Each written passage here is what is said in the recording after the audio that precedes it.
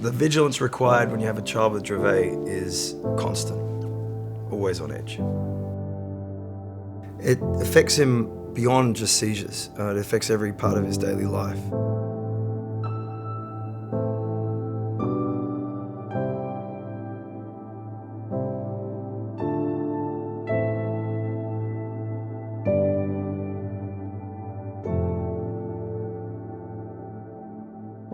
Dillon's first seizure was when he was 2 months old. And at the time, we were first-time parents, and so we didn't even know what it was. We just thought maybe it's a newborn kind of discovering his body. But we went to the hospital to make sure, and when we went, they confirmed it was a seizure. They reassured us that it was pretty common, and they sent us home.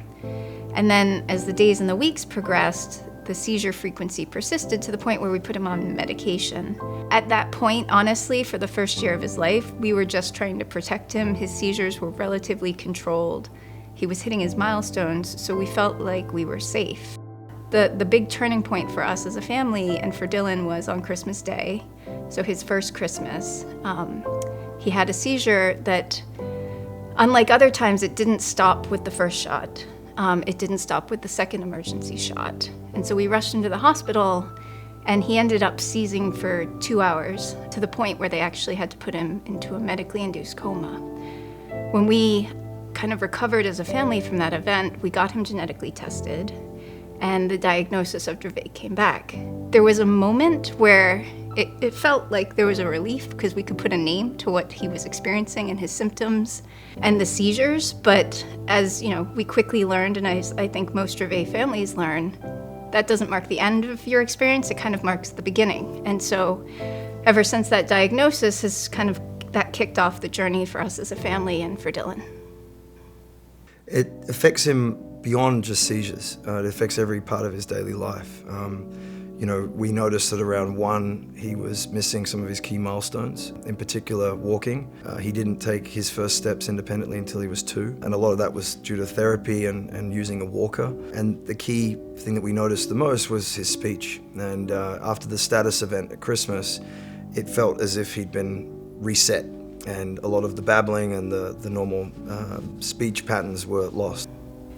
Therapies are a cornerstone to Dillon's life, and he will typically have various therapies a day. And the other thing about Dillon is he's an explorer, and he is fearless. And while that is a trait or traits that we cherish as a child, as a caretaker, it's something that keeps us on our toes all the time. Dillon doesn't know what he can't do. He doesn't know what's unsafe. And what that means on a day-to-day basis is that every moment, every movement Dillon has, there's someone watching him and making sure that he is looked after. So really with Dillon, there is no day off. Caring for a child with Dravet is a 24/7 job. What people may not be aware of is the high risk of SUDEP, and in our case, for Dillon, nocturnal seizures.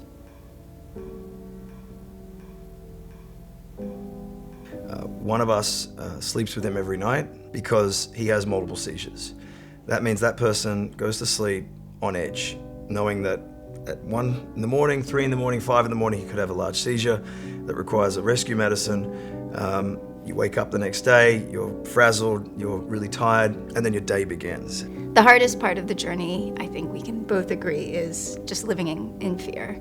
And it's not only just the fear of his safety on a day-to-day basis, but it's the fear that we're not doing enough as parents and as caregivers to help him achieve his potential. And it's medically, it's emotionally, it's developmentally. There's infinite things you wish you could do for your child, and not knowing what the right thing is something that we grapple with every day.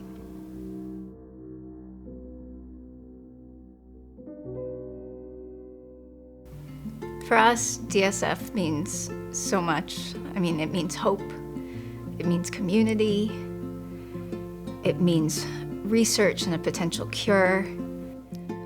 It means common knowledge, sharing experiences.